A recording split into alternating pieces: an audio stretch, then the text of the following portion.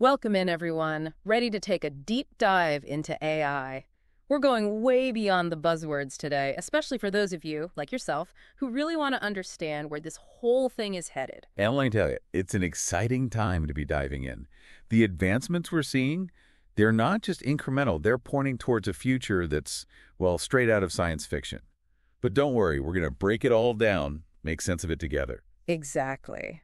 And we've got a fantastic guide for this journey. Our expert here, they're amazing at connecting the dots and explaining not just the what, but the so what. Why it matters to you and me. I appreciate that. And you know what's really struck me as I've been going through all this research, these articles you've got here? There's a clear consensus that AI isn't just evolving. It's like it's leaping through these distinct stages of development, like a roadmap to the future. A roadmap, huh? I like that. Okay, so where does this roadmap begin? Are we talking about those basic AI systems that are already part of our daily lives? Exactly. You got it. Remember that rule-based AI we were talking about earlier? That's your coffee maker, your traffic app, even those personalized recommendations you get online. Oh, right. Like when Spotify thinks it knows my music taste better than I do, sometimes it gets it right, other times not so much. Exactly. It's AI in its simplest form. If this, then that. But, the foundation, right? It sets the stage for something much, much bigger.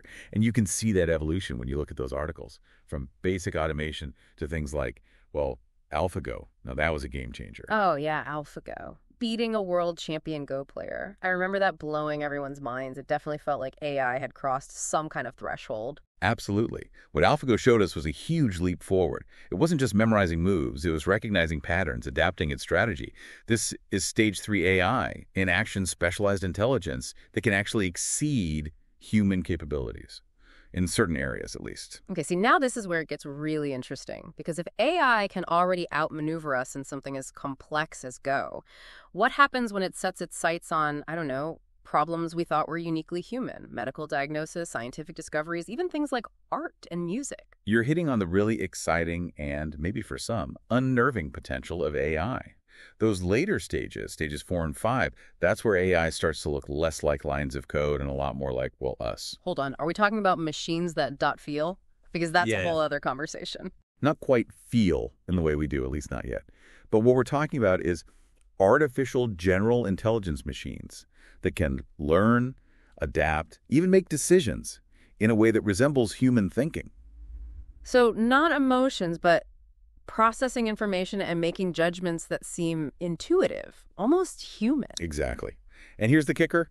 Some experts believe we're already touching on the edges of AGI right now, which is pretty mind-blowing when you really think about it. It is. And this is all before we even get to those later stages, right? The ones that always seem to spark those late-night what-if conversations. That's right. Stage 6 and 7, superintelligence and the singularity. We're talking AI that could potentially surpass human intelligence. It's the stuff of science fiction, but it's rooted in real possibilities. But before we go down that rabbit hole, let's stick with AGI for a bit, because even that has some massive implications for, well, everything. Okay, so we're talking about AI that could potentially think like us, solve problems like us, maybe even, I don't know, make art like us. It's a lot to wrap your head around. But before we get too carried away with the what-ifs, I think it's worth asking. So what?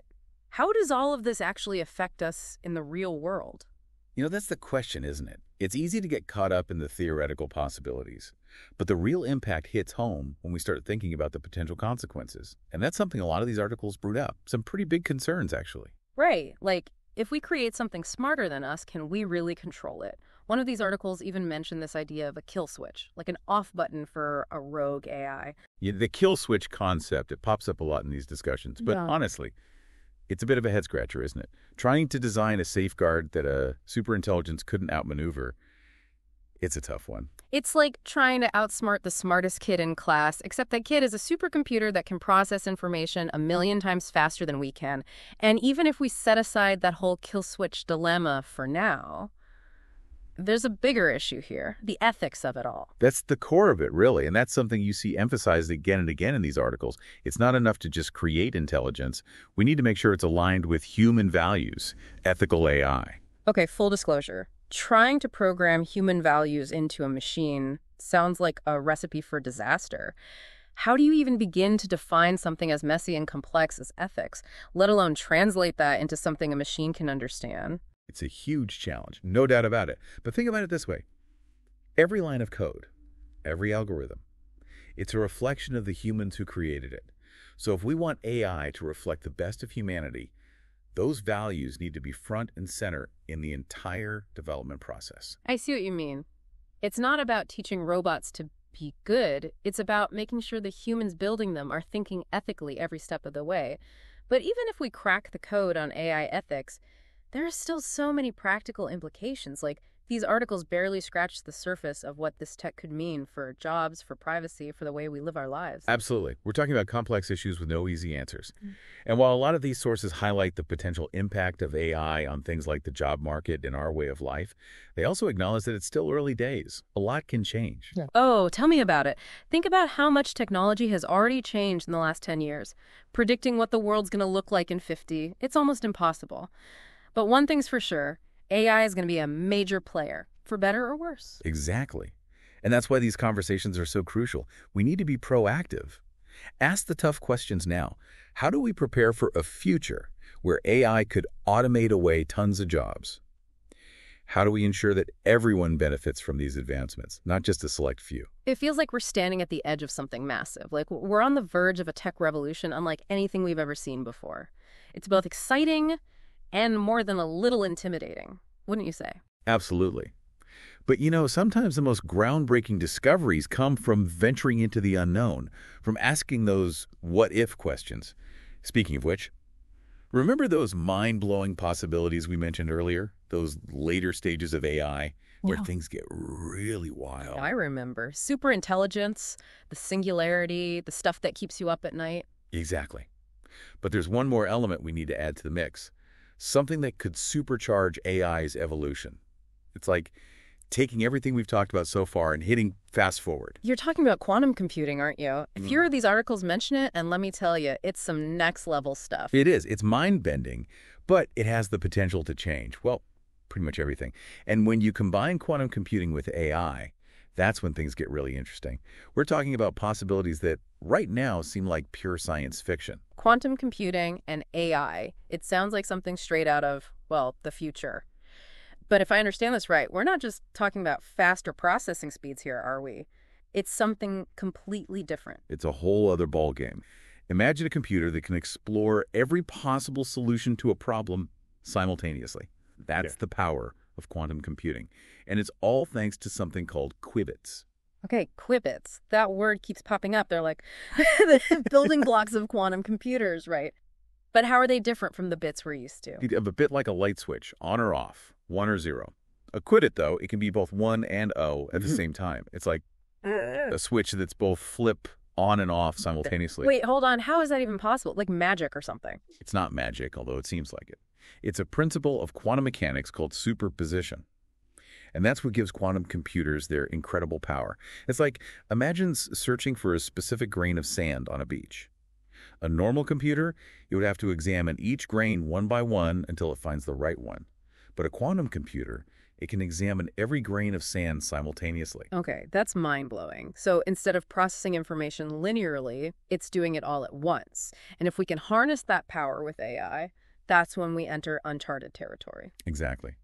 Think about those complex challenges we discussed earlier, designing ethical AI, predicting the long-term impact of this technology. These are massively complex issues, right? But a quantum-powered AI, it could analyze all those variables, simulate every possible outcome, and provide us with a level of insight we can barely even imagine right now. It's both incredibly exciting and more than a little bit daunting. Like, we're talking about unlocking possibilities that right now seem impossible. And that brings us back to that question we've been circling around this whole time, doesn't it? What happens when AI can design its own future? It's the big one, isn't it? And it's not something any of those articles could really answer. It's the question that keeps a lot of us up at night. But here's the thing.